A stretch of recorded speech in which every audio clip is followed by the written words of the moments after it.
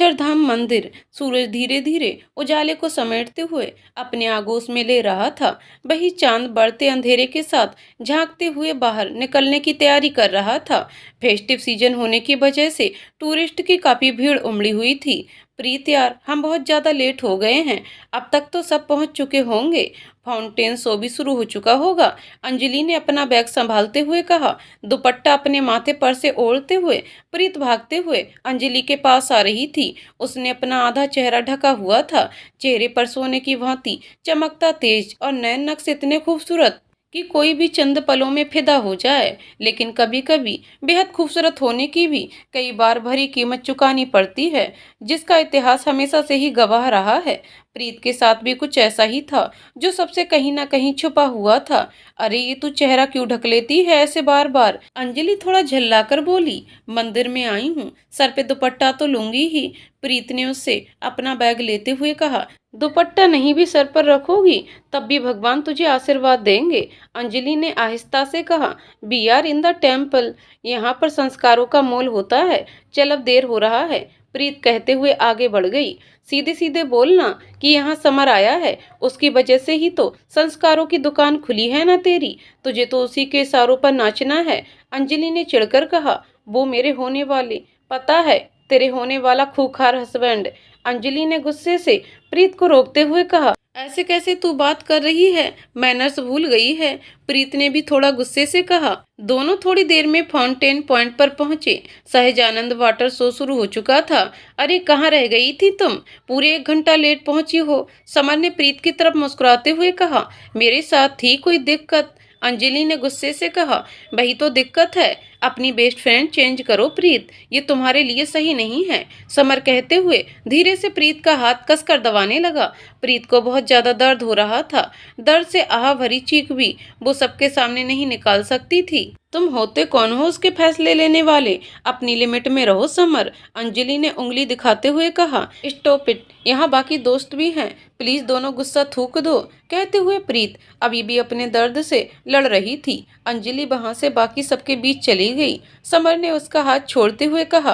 प्रीत, मैं तुम्हारे पापा की पहली पसंद हूँ और तुम मेरी, इसलिए मेरे फैसले को मानना और मुझे इज्जत देना सीख लो। जिंदगी भर तुम्हें मेरे साथ ही रहना है। चलो अब। हाँ मैं समझ गई, बस 2 मिनट में आती हूँ, कहते हुए प्रीत अभी भी दर्द को सहन कर रही थी। अब कहाँ जाना है, समर ने घूरते हुए पूछा। प्रीत ने अपना हाथ दिखाया तो वो जगह जहाँ समर ने दबाया था वहां से बहुत ही ज्यादा खून निकल रहा था। उसके नाखून बहुत तेजी से गड़ चुके थे। ओहो जान, तुम्ही ने तो गुस्सा दिला दिया था। चलो कोई नहीं, जाकर धोआओ इसे, और किसी को दिखाना नहीं चाहिए, समर कहकर दोस्तों के बीच चला गया। प्रीत वॉशरूम में आई और बिना रुके रोने लगी। आंसुओं से भरा हुआ दर्द छलक छलक कर बाहर आ रहा था। हर लड़की का सपना होता है कि वो उससे जुड़े जिससे वो प्यार कर सके, वो शादी उससे करे जो उसे भी अपनी जिंदगी में अहमियत दे सके। प्यार का तो पता नहीं था, पर शायद अहमियत वो भी कई कोसों मील दूर थी प्रीत से। उसने अपना खून साफ किया और अपने आंसू पोंछते हुए काजल ठीक किया। हल्का सा मुस्कुराते हुए वो बाहर आई और सब दोस्तों के बीच में आ गई। चलो यार अब सेल्फी लेते हैं, उसका दोस्त प्रदीप ने कहा। नहीं मेरा मन नहीं है, प्रीत ने समर की तरफ देखते हुए कहा। गुड गर्ल, ये निशानी होती है संस्कारी लड़कियों की, समर ने धीरे से मुस्कुराते हुए प्रीत के कानों में फुसफुसाया। सहजानंद वाटरफॉल शो खत्म होने के बाद सबको समर 5 स्टार रेस्टोरेंट में डिनर कराने ले आया। सब बातें करने में बिजी थे। समर ने ही सबके लिए डिनर ऑर्डर किया हुआ था। समर एक बहुत बड़े पॉलिटिशियन का बेटा था। पैसे इतने कि पुश्ते पल जाएं। अपने पैसों की चमक से कॉलेज में सब उसके आसानी से दोस्त बन जाते थे। सिर्फ अंजलि को छोड़कर कहीं ना कहीं प्रीत को भी ये सब पसंद नहीं था, पर वो कुछ भी नहीं कहने को मजबूर थी, क्योंकि इस रिश्ते में बंधना उसके पिता की जवान थी। वैसे मुझे तुम सब से कुछ इम्पोर्टेंट बात करनी है, समर ने कहा तो सब उसकी तरफ देखने लगे। मेरी और प्रीत की सगाई अगले 1 महीने के बाद तय हो चुकी है, तो तुम सबको आना है, और किसी ने भी ना कहा तो मैं उसे छोड़ूंगा नहीं, समर हंसने लगा। सबने दोनों को बधाई देना शुरू कर दिया। अंजलि भी समर के पास आई और धीरे से कहा, गो टू हेल। समर ने उसे इग्नोर कर दिया। प्रीत एक कोने में चुप ही खड़ी रह गई। समीर सबके साथ बैठकर अपना बुक किया हुआ एक्सपेंसिव मेनू दिखाने लग गया।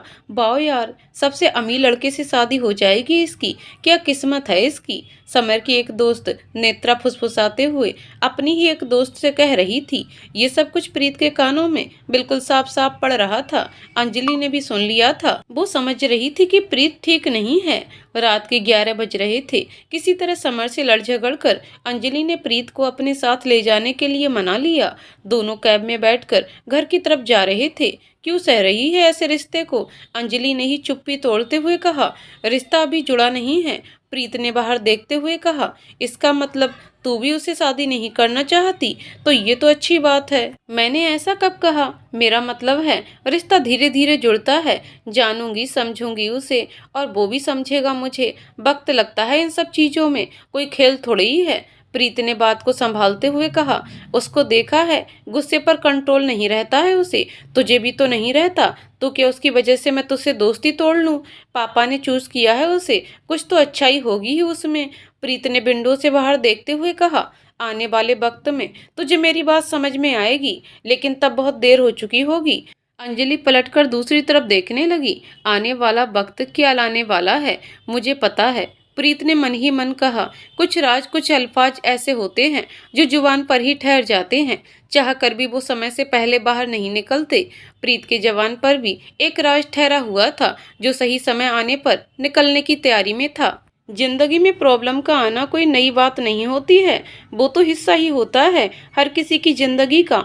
पर दिक्कत तब बढ़ जाती है जब हमें अपनों की राय माननी पड़ती है, भले ही वो सही हो या ना हो। कुछ कुछ हो रहा था प्रीत के साथ ऐसा ही। अपने पापा के कहने पर प्रीत समर से शादी करने के लिए मान चुकी थी। अपने दोस्त का बेटा और प्रीत के ही कॉलेज में पढ़ने वाला लड़का, जिसे रघुवेंद्र जी ने उसका जीवन साथी बनाने की ठान ली थी। बेटा उठो, लेट हो रहा है। सविता जी ने प्यार से प्रीत के बालों पर हाथ फेरते हुए कहा।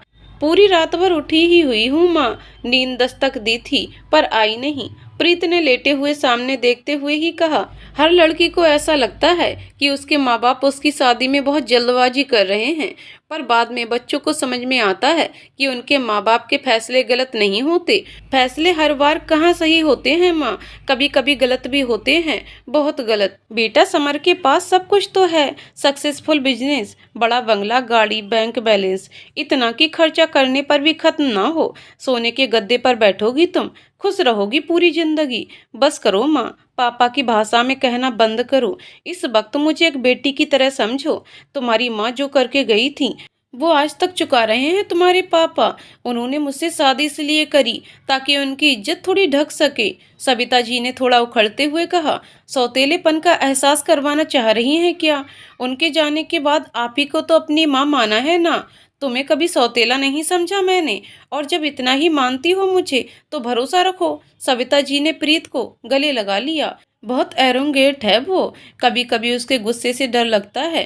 खैर, बताने का क्या फायदा, आप थोड़े ही समझेंगी। प्रीत कहते हुए वॉशरूम की तरफ जाने लगी। रुको, सविता जी उसके पास आई। तुम इतना कह रही हो तो एक बार मिलती हूँ समर से। मिलना भी उससे किसी बहाने से होगा।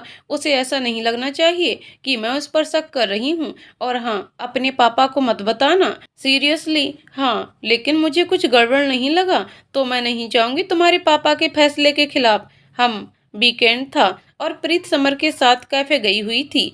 वो अपनी तकलीफें सिर्फ अपनी माँ से शेयर करती थी। चाहे कुछ भी हो जाए, वो हमेशा बाहर अपने दोस्तों और रिश्तेदारों को यही जताती थी कि वो समर के साथ बहुत ही ज्यादा खुश है। वास्तव में ये झूठ था और सच से परे था। तो अब हमारी सगाई हो जाएगी और ठीक उसके 1 महीने में शादी। तो तुम्हें हनीमून के लिए कहाँ चलना है? पेरिस, लंदन या फिर सिंगापुर चलें? समर ने प्रीत के हाथों को पकड़ते हुए कहा। जहाँ आपको ले जाना है वहाँ ले जाइएगा बेटा, पर अभी मेरे लिए भी कॉफी ऑर्डर कर दीजिए, पीछे से सविता जी ने आते हुए कहा। प्रीत ने तुरंत ही अपना हाथ पीछे करते हुए कहा। माँ आप। प्रीत सब जानती थी, लेकिन वो समर के सामने अनजान बन रही थी ताकि उसे शक ना हो। हाँ तो क्या हुआ? आंटी प्लीज बैठिए, मैं यहाँ की स्पेशल कॉफी ऑर्डर करता हूँ, समर ने मुस्कुराते हुए कहा।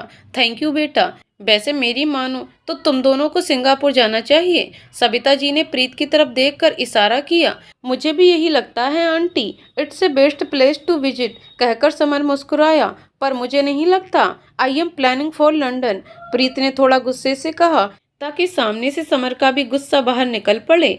ओके, नो इशू, वहीं जाएंगे जहां तुम्हारा मन करे, समर ने आहिस्ते से कहा। प्रीत उसके इस बर्ताव को समझ नहीं पा रही थी। इतना ठंडा रिएक्शन उसे हजम नहीं हो रहा था, क्योंकि वो जानती थी कि उसकी एक न समर को कई हद तक गुस्सा दिलाने के लिए काफी था। वो ये भी जानती थी कि ऐसे तो वो छोटी छोटी बात पर उखड़ जाता है, लेकिन जिस तरह वो सविता जी के सामने पेश आ रहा था वो बहुत अलग था। समर बेटा, आप बहुत अंडरस्टैंडिंग हस्बैंड बनोगे, सविता जी ने प्यार से समर के बाल ठीक करते हुए कहा। तुम्हें सच में कोई प्रॉब्लम नहीं है? प्रीत ने पूछा। प्रॉब्लम क्यों होगी? समर फिर से आहिस्ता से ही बोला।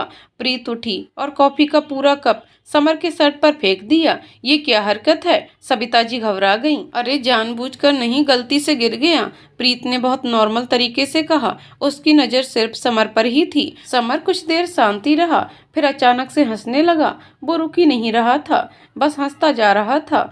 ओह गॉड, आंटी, आपकी बेटी कभी कभी छोटी बच्ची वाली हरकतें करने लगती है। एक्चुअली वो शादी के कुछ महीने बाहर जाना ही नहीं चाहती है, क्योंकि वो अपना घर छोड़कर मेरे पास आ रही है, तो उसको एडजस्ट करने में थोड़ा मदद आपका भी तो चाहिए ही होगा, बस इसलिए। ये तुम क्या कह रहे हो? प्रीत कंफ्यूज हो गई। Sorry for this. और प्रीत बात मनाने के लिए ये सब करना जरूरी था। हनीमून पर अभी नहीं जाना है तो मत जाओ, सविता जी ने प्रीत को ही डांटते हुए कहा। रिलैक्स आंटी जी, ऐसी भी कोई बड़ी बात नहीं हुई है, बल्कि अच्छा हुआ कि आप यहाँ आई, कम से कम ये चुलबुलापन तो देखने को मिला प्रीत का। समर फिर से हंसने लगा। सही में बेटा, आप बहुत स्वीट हो। चलो आप दोनों एंजॉय करो, मुझे थोड़ा ऑफिशियल काम है, मैं चलती हूँ, सविता जी कहते हुए वहां से निकल गईं।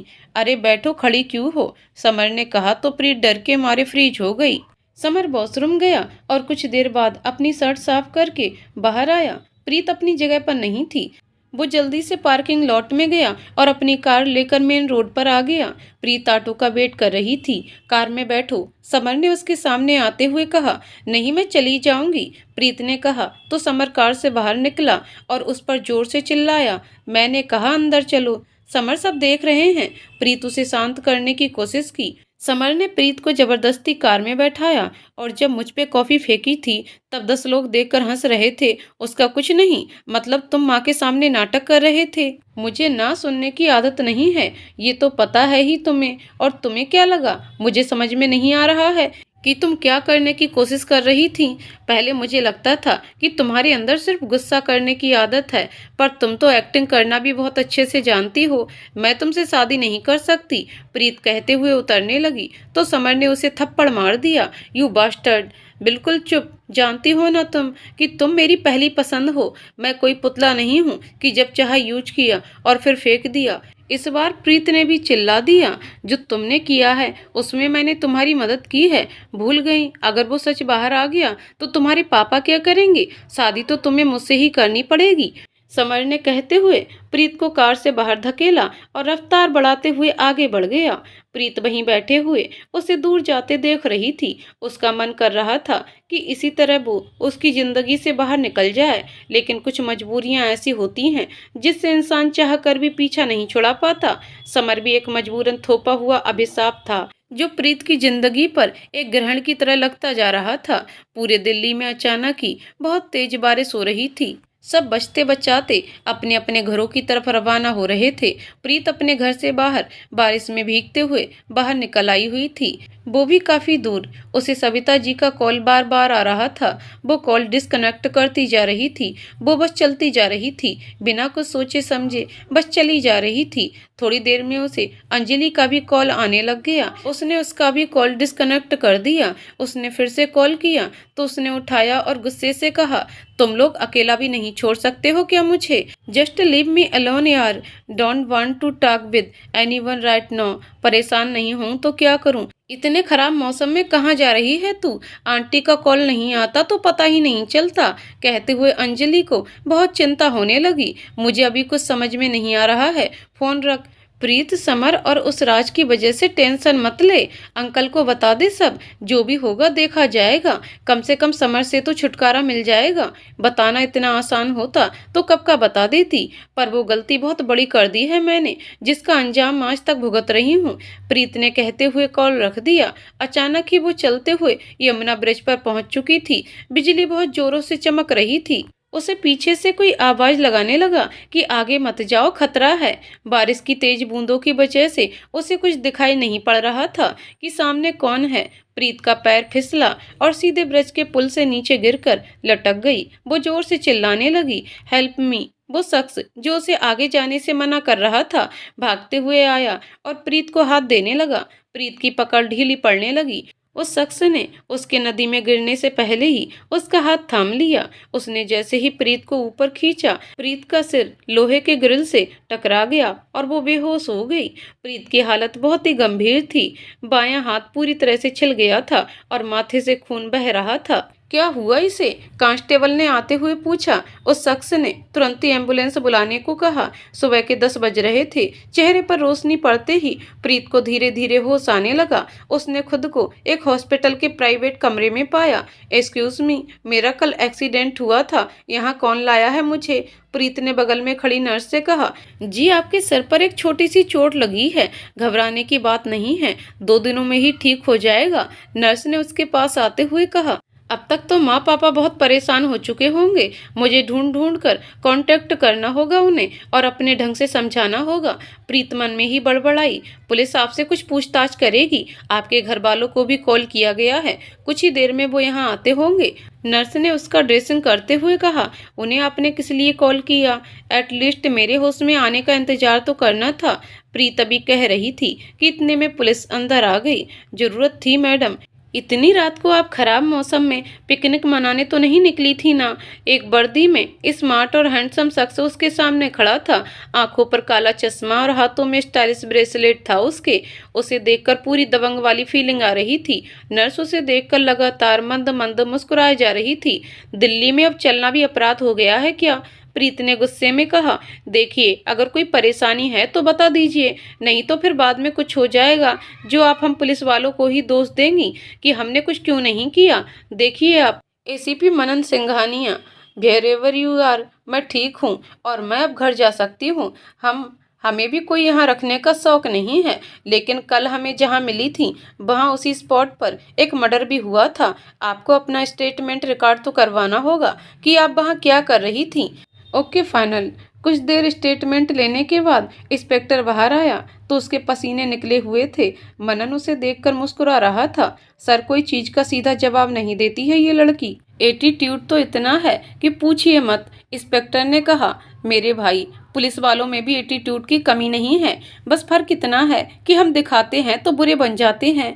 फिलहाल अभी इस केस की पूरी रिपोर्ट तैयार करो और हाँ, बॉडी के बारे में पता लगाओ, उसकी आइडेंटिटी, परिवार, रिश्तेदार सब। मनन कहते हुए वहां से निकल गया। सविता जी और प्रीत के पापा रघुवेंद्र सिंह भी हॉस्पिटल आ चुके थे। दोनों बहुत ही गुस्से में और घबराए हुए भी थे। रघुवेंद्र चुप थे, पर उनकी आंखें बहुत कुछ कह रही थीं। पूछ सकता हूँ वहां क्यों गई थी? रघुवेंद्र ने कड़क आवाज में कहा। प्रीत चुप थी। उसकी हिम्मत नहीं हो रही थी कि वो कुछ कह पाए। गुजरते हुए मनन ने ये सब नजारा विंडो ग्लास से देख रहा था। कमाल है, अभी इतना गुस्से से बरस रही थी हम पुलिस वालों पर, अब देखो बाप के आते ही मैडम बन गई सीधी बच्ची। जाने दीजिए, गलती से चली गई थी वहां। सविता जी ने कहा। गलती से कोई तूफान में सैर पर जाता है क्या? रघुवेंद्र जी ने इस बार थोड़ी ऊंची आवाज में कहा।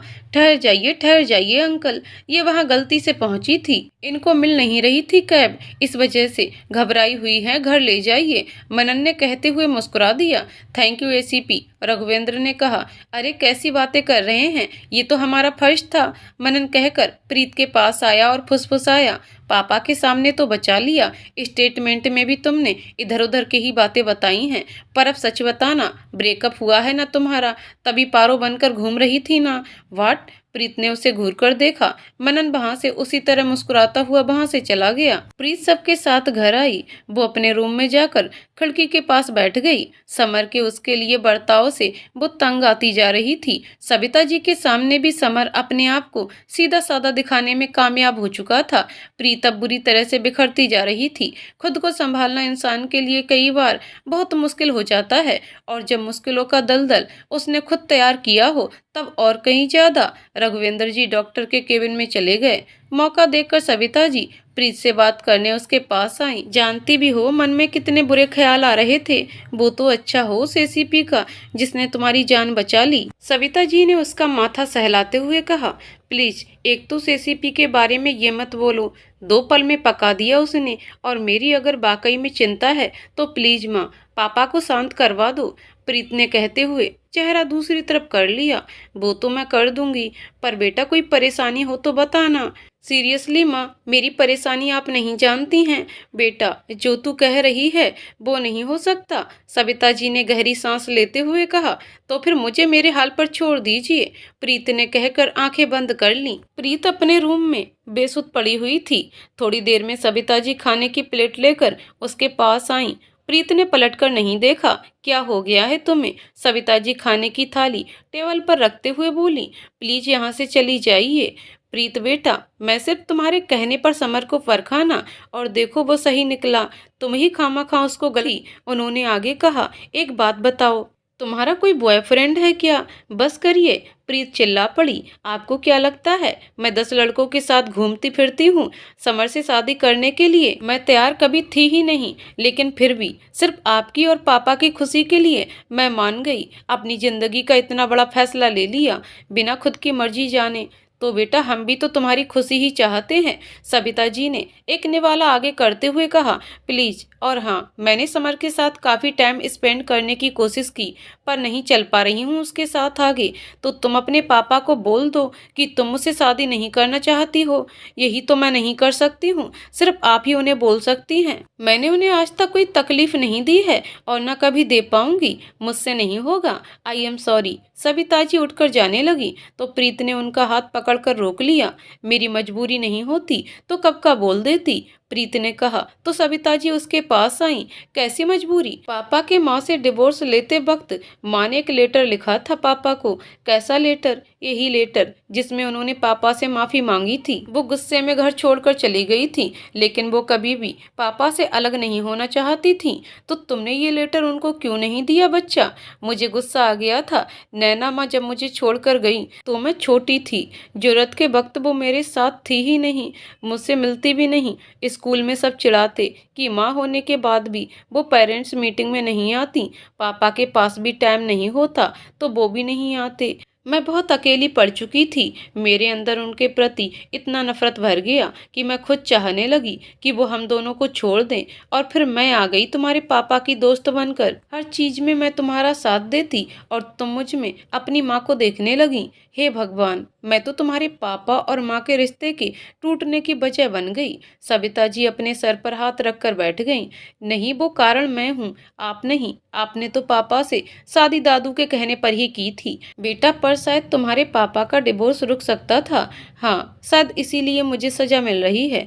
पर समर से इसका क्या कनेक्शन है? वो कॉलेज में एक दिन उसने वही लेटर मेरे बैग से निकालकर उसने पढ़ लिया। शुरू में तो मुझे समझाया कि सब ठीक हो जाएगा, मैं गलत नहीं हूँ, लेकिन वो सब छलावा था। वो तुमसे शादी करना चाहता था, इसलिए अब वो तुम्हें ब्लैकमेल करके फोर्स कर रहा है। सविता जी पूरी बात समझते हुए बोली, एग्जैक्टली। प्रीत के कहते ही आंखों में आंसू आ गए। बेटा मुझे नहीं पता था कि ये कारण है तुम्हारी शादी ना करने का, पर तुम घबराओ मत, मैं तुम्हारे साथ हूँ। कल हम समर से मिलने जाएंगे। वो फिर से नाटक ही करेगा अच्छा बनने का।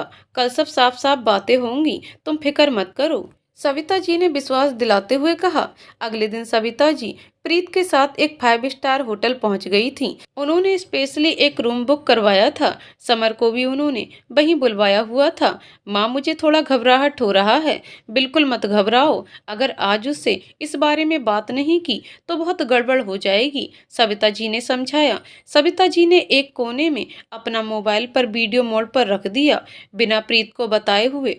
थोड़ी देर में समर भी आ गया। नमस्ते आंटी जी, क्या बात है, आपने तो पूरा प्लानिंग करके बुला लिया मुझे यहाँ, समर ने आते हुए ही कहा। हाँ, प्रीत और मेरा थोड़ा चिल करने का मन कर रहा था, इसलिए यहाँ आ गए। तुमसे कुछ बात करनी थी, इसलिए तुम्हें भी यहीं बुला लिया, सविता जी ने कहा। हाँ तो कहिए, प्रीत को ब्लैकमेल करना कब बंद करोगे? सविता जी के कहते ही समर के होश उड़ गए। कैसी ब्लैकमेलिंग? वही जिस राज को प्रीत ने सबसे छुपाया था और तुमने उसका फायदा उठाया था।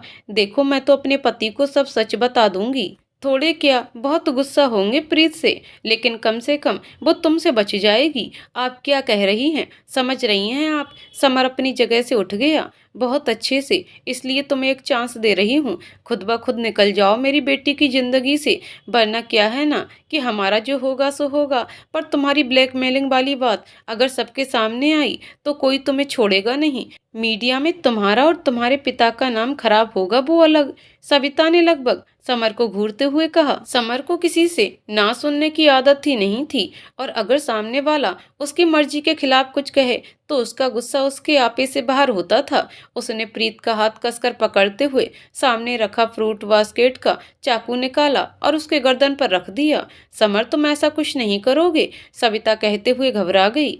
आंटी जी, तो किसी की नहीं होगी, मैं इसे खत्म यही कर दूंगा, समर डरावनी हंसी हंसते हुए बोला। देखो, तुम्हें इलाज की जरूरत है समर, मेडिकल टर्म्स में से पर्सनली डिसऑर्डर कहते हैं, सविता जी ने धीरे धीरे कहते हुए आगे बढ़ रही थी। मुझे कोई बीमारी नहीं है, ध्यान भटकाने की कोशिश मत करिएगा, समर फिर से हंसते हुए बोला। समर, प्लीज अपने गुस्से पर काबू करो। माँ, आप जाइए यहाँ से, मैं मैनेज कर लूंगी, प्रीत ने सविता जी को इशारा करते हुए कहा। नहीं, तुम्हें छोड़कर मैं कहीं नहीं जाऊंगी, सविता जी ने सामने रखा स्टील का रॉड उठा लिया। छोड़ प्रीत को, नहीं तो मार दूंगी तुझे, समर प्रीत को घसीटते हुए खिड़की की तरफ ले जा रहा था। प्रीत ने अपने पैर से समर के पैर पर जोरदार वार किया। उसी वक्त वो नीचे गिर पड़ा। सविता जी ने प्रीत को बचाने के चक्कर में उसे रॉड से मार दिया। सिर पर चोट लगने के कारण समर बेहोश हो गया। उसके सिर से हल्का हल्का खून भी निकलने लगा। ओ गॉड, माई, आपने क्या किया? प्रीत ने समर की तरफ देखते हुए कहा। बेटा, मैंने तो हल्का सा मारा था, सविता जी चिंता में आ गईं। प्रीत ने समर को चेक किया, उसकी सांसें बहुत कम चल रही थीं।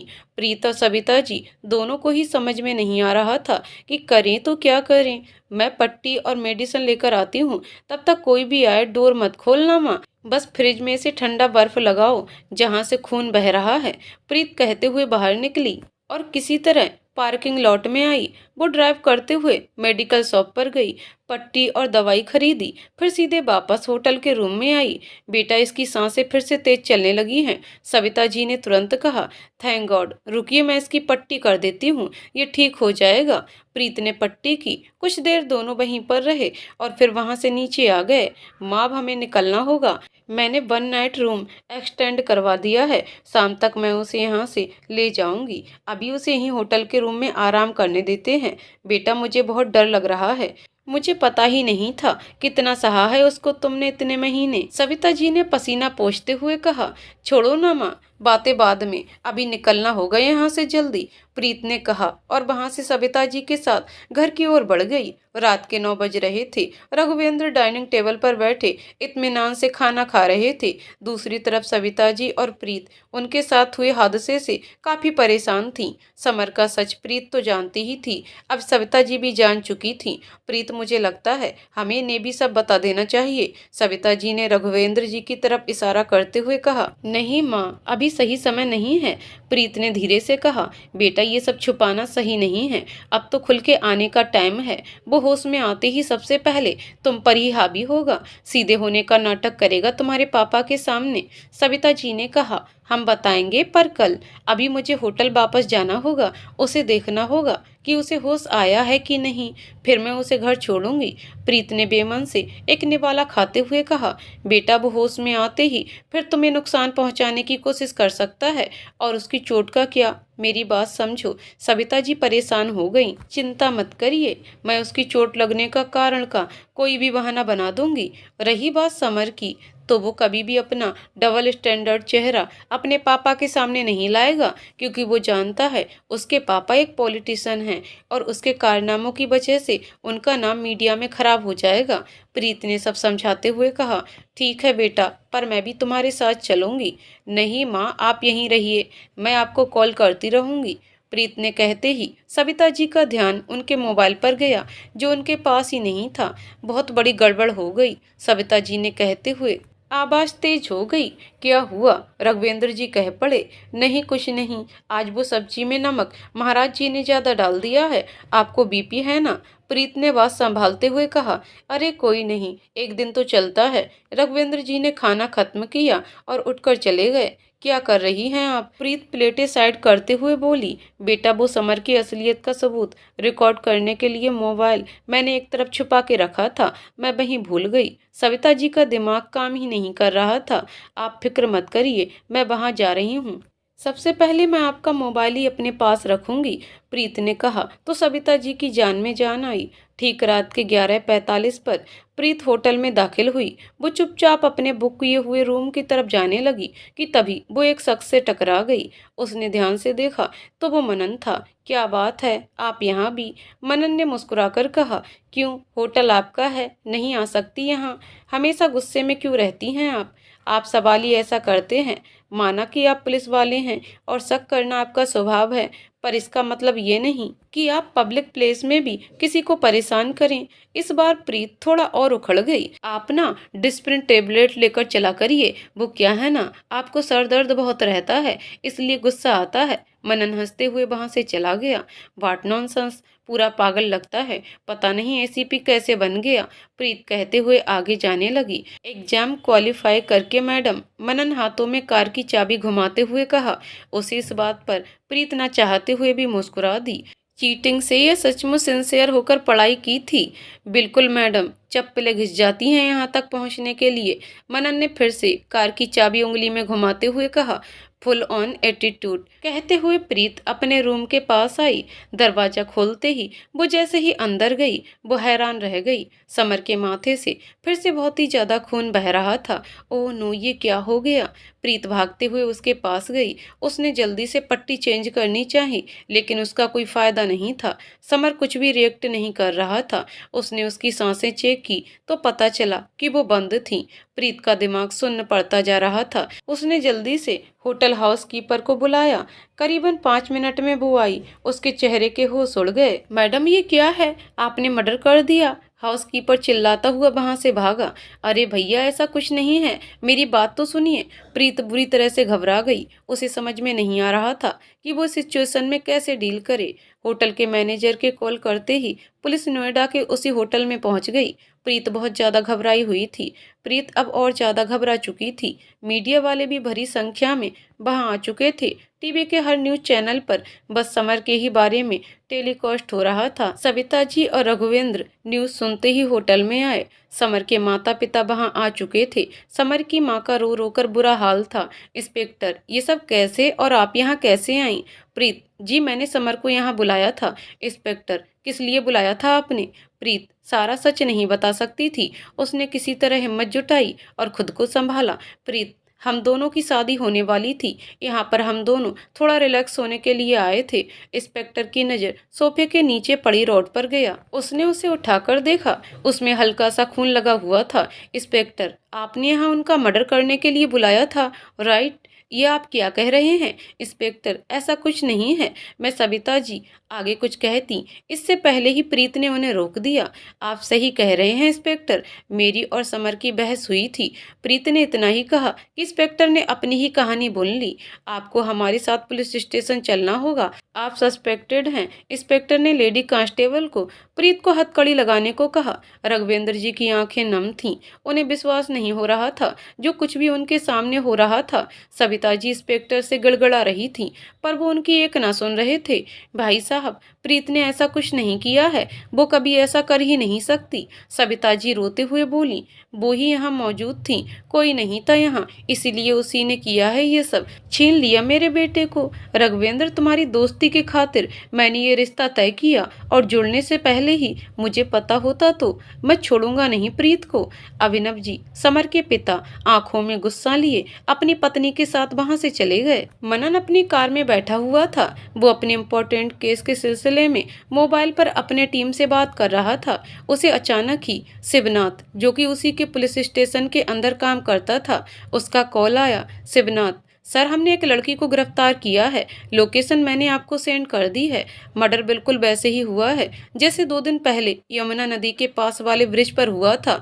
प्लीज आप जल्दी आ जाइए, हाई प्रोफाइल केस है। मनन, ओके फाइन। मनन ने चेक किया तो उसे पता चला कि लोकेशन जहां वो है उसी होटल का है। वो जल्दी से स्पॉट पर गया। बॉडी को प्लास्टिक कवर से लपेटा जा रहा था और जगह को सील। वो चेहरा अच्छे से देख नहीं पा रहा था। इनका कुछ सामान मिला है? मनन ने कांस्टेबल से पूछा। जी सर। कांस्टेबल ने जैसे ही सामान का पैकेट मनन के हाथों में पकड़ाया, मनन पूरी तरह से कांप गया। उसने तुरंत बॉडी का चेहरा देखा और जोर से चिल्ला पड़ा, नो नो नो, किसने किया ये? सर प्लीज शांत हो जाइए, आप इन्हें देखकर इतना पैनिक क्यों हो रहे हैं? कांस्टेबल ने कहा। क्योंकि समर मेरा बड़ा भाई है, मनन कहते हुए वहां से निकल गया। वो जाते हुए खुद से कहने लगा, जिसने भी ये किया है मैं उसे छोड़ूंगा नहीं। प्रीत पुलिस स्टेशन में हिरासत में थी। रघुवेंद्र अपने लायर को लाकर पूरी कोशिश कर रहे थे कि वो उसकी बेल करा सके, पर मर्डर का आरोप लगने के बाद बेल करना बहुत ही ज्यादा मुश्किल हो रहा था। सविता जी प्रीत के पास ही थीं। उन्हें समझ में नहीं आ रहा था कि वो इन सब खराब हालातों से प्रीत को कैसे बाहर निकालें। सविता जी, बेटा ऐसा मत करो, तुम्हारा पूरा जीवन बर्बाद हो जाएगा। प्रीत, माँ समझने की कोशिश करिए, अगर मैंने सच बोला तो और भी गड़बड़ हो जाएगा। आपका एक छोटा बेटा भी है और मेरा छोटा भाई, आपको उसकी परवरिश करनी है। जब बोर्डिंग स्कूल से वापस आएगा और आपको नहीं पाएगा तो वो टूट जाएगा। सविता जी, और तुम्हारा क्या? प्रीत, माँ, मैंने अपनी पहली माँ को अपनी ही वजह से दूर कर दिया, कम से कम अपनी दूसरी माँ जो मेरे पास है उसे तो बचा लूं। सविता जी, बेटा, मैं कभी खुद को माफ नहीं कर पाऊंगी। प्रीत, ऐसा क्यों कर रही है? समर पर बार आपने मेरे को बचाने के लिए ही तो किया था। एक तरह से देखा जाए तो गलती मेरी ही है। सविता जी, बेटा, जब ये बात सामने आएगी तो सब मुझे सौतेलापन करने का कलंक लगा देंगे। प्रीत, कोई कुछ नहीं कहेगा, क्योंकि मैं किसी को इस सच से रूबरू होने ही नहीं दूंगी। और आपको मेरी कसम है, आप भी सच को अपने अंदर दफन करके भूल जाइए। शायद यही मेरी किस्मत है। सविता जी फूट फूट कर रोने लग गईं। वो अपने घुटने के बल पर बैठे हुए ही प्रीत का माथा चूमने लगी। प्रीत, प्लीज खुद को संभालिए, और हाँ, मेरे छोटे भाई गोलू को कभी मत बताइएगा कि उसकी बहन जेल में गई है। बोल दीजिएगा कि मैं मर गई हूँ। मैं नहीं चाहती वो मुझे एक क्रिमिनल के रूप में देखे, और उसे मुझसे हमेशा दूर रखिएगा। सविता जी और प्रीत का रोना रुक ही नहीं रहा था। दूर से उन दोनों को देखते हुए रघुवेंद्र जी की भी आंखों में नमी आ गई। वो खुद को एक लाचार, बहुत लाचार बाप समझ रहे थे। इंस्पेक्टर, प्लीज समझने की कोशिश करिए, आपके पास कोई पुख्ता सबूत नहीं है मिस प्रीत सिंह के खिलाफ। बत्रा साहब प्रीत के वकील बेल के लिए अप्लाई करने में लगे हुए थे। सर, संडे हो चुका है, टाइम 12 से ऊपर हो चुका है। आप मंडे तक का वेट करिए, और जुर्म संगीन है तो बेल भी इतनी आसानी से नहीं मिलने वाली है। शिवनाथ ने कहा। मेरी बेटी यहाँ से निकल पाएगी ना बत्रा साहब? रघुवेंद्र जी ने उम्मीद से पूछा। चिंता मत करिए, सब ठीक हो जाएगा, लेकिन हाँ, आज बेल नहीं मिल पाएगी। 24 घंटे उसे जेल में ही रहना होगा। बत्रा साहब के कहते ही सविता और घबरा गई। रघुवेंद्र जी किसी तरह से सविता जी को संभालने में लगे हुए थे। प्रीत ने इशारा करते हुए बत्रा साहब को बुलाया। अंकल, आप माँ पापा को घर ले जाइए, यहाँ रुकना उनका सही नहीं है, प्लीज। प्रीत ने जाने का इशारा करते हुए कहा। ठीक है बेटा, और हाँ, बचपन से तुम्हें देखा है, मैं जानता हूँ तुम खूनी नहीं हो। मैं तुम्हें यहाँ से निकालूंगा बेटा, बस वक्त दो। बत्रा साहब वहां से रघुवेंद्र जी और सविता को मना कर ले गए। प्रीत ने दीवार से अपना सर टिका लिया। वो जानती थी कि केस की प्राइम सस्पेक्ट वो है, चाहे कुछ भी हो जाए। उसका जेल से बाहर आना आसान क्या, नामुमकिन होने वाला था। सुबह के 5 बज रहे थे। मनन अपने घर आया हुआ था। अभिनव और उसकी माँ रोहिणी जी का बहुत बुरा हाल था। नींद की जगह दर्द के आंसू बह रहे थे। माँ कैसी हो? मनन धीरे से रोहिणी जी के पास जाकर बैठते हुए बोला। बड़े बेटे को खोने के बाद कैसी होंगी? रोहिणी जी ने बहुत हल्के से कहा। माँ मैं छोड़ूंगा नहीं, जिसने भी ये किया है, वादा है मेरा। मनन रोते हुए बोला। मनन बेटा कुछ देर अपनी माँ के साथ रुक जाओ, उसे तुम्हारी जरूरत है। अभिनव जी ने कहा। नहीं जरूरत है मुझे इसकी, एक तरह से ये भी गुनहगार है उसका। क्यों आया है ये यहाँ? छोड़कर चला गया था ना 7 साल पहले हमको। रोहिणी जी चिल्लाते हुए बोली। रोहिणी पुरानी बातें फिर मत दोहराओ। अभिनव जी ने उन्हें शांत कराते हुए कहा। माँ भाई के साथ कुछ ऐसा हो, ऐसा मैंने कभी नहीं चाहा था। मनन ने धीरे से कहा। रहने दे मनन, तू तो अपने भाई को पागल ही समझता था ना। खुश हो जा, चला गया इस दुनिया से। रोहिणी जी सिसकते हुए बोली। समर भाई को बिहेवियर डिसऑर्डर प्रॉब्लम था। मैंने उसी का इलाज कराना चाहता था ताकि वो ठीक हो सके। फिर से कहूंगा, मैं ऐसा कुछ नहीं चाहता था। मैंने उनका बुरा कभी नहीं चाहा। मनन ने समझाया। बस करो रोहिणी, एक बेटा तो खो चुकी है, दूसरा बेटा इतने सालों बाद हमारे पास आया है। अब क्या उसे भी दूर कर दोगी? अभिनव जी लगभग डांटते हुए बोले। मुझे कुछ समझ में नहीं आ रहा है कि मैं क्या करूं। उस लड़की ने छीन लिया हमसे हमारा लड़का। रोहिणी जी समर के फोटो को सीने से लगाते हुए बोली। माँ उस लड़की को मैं छोड़ूंगा नहीं, विश्वास रखो मुझ पर। मनन ने जवाब देते हुए कहा। मनन अगर तू सच में अपने भाई और हम सबको इंसाफ दिलाना चाहता है तो उस गुनहगार को सजा दिलवा, फांसी की सजा करा उस लड़की को। रोहिणी जी मनन के गले लगकर रोने लग गईं। ऐसा ही होगा माँ, मैं इन्वेस्टिगेट करूंगा। मनन रोहिणी जी के आंसू पोंछते हुए बोला। अगले दिन सुबह मनन सबसे पहले पुलिस स्टेशन गया। वो सीधे इंस्पेक्टर के पास आया। वेयर सी? मनन के सिर पर गुस्सा सवार था। सर प्लीज रिलैक्स हो जाइए। शिवनाथ ने कोशिश की वो शांत रहे। Just answer me. शिवनाथ ने इशारा करते हुए लॉकअप की तरफ इशारा किया। मनन ने कांस्टेबल से चाबी ली और गेट खोलते हुए चिल्लाया। How day you? प्रीत एकदम से मुड़ गई। मनन पूरी तरह से हैरान रह गया। प्रीत भी समझ नहीं पाई कि वो इतने गुस्से में क्यों है। मनन ने कोने में रखा पानी का घड़ा उठाया और प्रीत पर जोर से फेंका। प्रीत तुरंत साइड हट गई। तुम्हारी हिम्मत कैसे हुई मेरे भाई के साथ ऐसा करने की? मनन प्रीत को दीवार के सहारे टिकाकर कसकर उसका हाथ दबाने लगा। प्रीत चुप थी, उसे बहुत दर्द हो रहा था। मनन उसी जगह दर्द दे रहा था जिस जगह समर ने उसे कुछ दिन पहले दिया था। समर तुम्हारा भाई? उसके मुंह से बस यही निकला। Yes he was my brother you killer. लगा नहीं था तुम ऐसी लड़की निकलोगी। समझता था एक पुलिस वाला होने के नाते लोगों को बहुत अच्छे से जानने लगा हूँ, लेकिन गलत था। मनन दीवार पर हाथ मारते हुए बोला। आई एम सॉरी। प्रीत ने रोते हुए कहा। क्या करूं तुम्हारी सॉरी का? ला सकती हो मेरे भाई को वापस? सर उसने अपना गुनाह कबूल कर लिया है, प्लीज आप बाहर आ जाइए। शिवनाथ ने किसी तरह से मनन को बाहर निकाला। मैं कभी अपना आपा नहीं खोता हूँ, पर आज परिवार की बात है इसलिए पता नहीं कैसे। मनन चेयर पर बैठ गया। मैं समझता हूँ सर, लेकिन आपने कभी बताया ही नहीं कि आप अभिनव सिंघानिया, मतलब इतने बड़े नेता के बेटे हैं और समर आपका भाई है। शिवनाथ ने पानी का गिलास बढ़ाते हुए कहा। हाँ ये सच है, ना कभी बताया और ना कभी किसी को जानने दिया। मनन ने पानी पिया। पर क्यों सर? बीते कल में कुछ हुआ था जिसकी वजह से बहुत कुछ पीछे छोड़ना पड़ा था। मनन ने गहरी सांस लेते हुए आंखें बंद कर लीं। प्रीत पूरे 24 घंटे लॉकअप में बिता चुकी थी। समर अभिनव सिंघानिया के बेटे होने की वजह से उसका नाम सुर्खियों में था। जहां तक बस उसकी मौत पर ही चर्चा चल रही थी। प्रीत का चेहरा भी सबके सामने था। मीडिया वालों ने समर के सोशल हैंडल से उन दोनों की तस्वीर निकाल ली थी, लेकिन प्रीत अभी खुल के सबके सामने नहीं आई हुई थी। संडे बीत चुका था और पुलिस वाले प्रीत से उसका बयान दर्ज करके उसका साइन ले चुके थे। इस बात पर बत्रा साहब बहुत ही ज्यादा परेशान हो चुके थे। ये क्या तरीका है आपका? मेरी क्लाइंट इतने बड़े शौक में है और उसी के बीच जबरन आपने उसका कन्फेशन ले लिया। ये सरासर गलत है। बत्रा साहब ने इंस्पेक्टर पर भड़कते हुए कहा। शिवनाथ जरा इन्हें बताओ कि इनकी क्लाइंट ने ही अपना जुर्म कबूला है। मनन ने पुलिस स्टेशन में आते हुए कहा। I have 20 years of experience. Preet का वहां मौजूद होना उसका गुनाह करना नहीं दर्शाता है। बत्रा साहब ने कहा, मैंने भी कई मर्डर केस सॉल्व किए हैं सर, ये सीधा सीधा ओपन एंड शूट का मामला है। सीसीटीवी फुटेज में भी उसका उससे लड़ना रिकॉर्ड हुआ है। रेस्टोरेंट में उसने उसके ऊपर गर्म कॉफी भी फेंकी हुई थी। ये सब क्या दर्शाता है? ये भी मुझे दर्शाने की जरूरत है। मनन ने रिवॉल्वर बेल्ट में खोसते हुए कहा, आपसे बहस करके मैं अपना टाइम नहीं वेस्ट करूंगा। बत्रा साहब कहकर जल्दी से प्रीत के पास आए। प्रीत उन्हें देखकर खामोश थी। बेटा, तुमने मुझसे पूछे बगैर क्यों बयान दिया?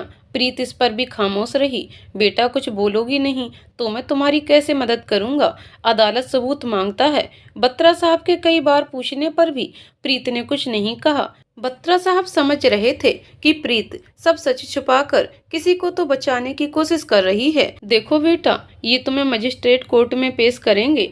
वहां तुम्हें जब बोलने का मौका दिया जाए तो नोट क्वालिटी कहना। अभी तुम अपने होशो हवास में नहीं हो, इसलिए तुम बस इतना ही कहना प्लीज। बत्रा साहब कहकर बाहर आ गए। क्या हुआ, उसने बताया कुछ? रघुवेंद्र जी ने पूछा। नहीं यार, वो कुछ कह नहीं रही है। आखिर उस रात हुआ क्या था? बत्रा साहब के कहते ही सविता जी की आंखें भर आईं। प्लीज कैसे भी करके मेरी बेटी को बचा लीजिए। सविता जी ने कहा, फिक्र मत करिए, मैं कुछ ना कुछ तो करूंगा ही। फिलहाल तो मुझे कुछ ऐसा सबूत चाहिए जिससे इस केस को एक तरफा देखा जाए। अच्छा, वैसे इतना बताइए कि समर का बर्ताव प्रीत के प्रति कैसा था? बत्रा साहब ने पूछा तो दूसरी तरफ से रघुवेंद्र जी तुरंत ही बोल पड़े, बहुत ही ज्यादा अच्छा था। बहुत मानता था वो प्रीत को। आपको कैसे पता? सामने देखी हुई हर चीज हर बार सही नहीं होती। सविता जी ने गुस्से से कहा।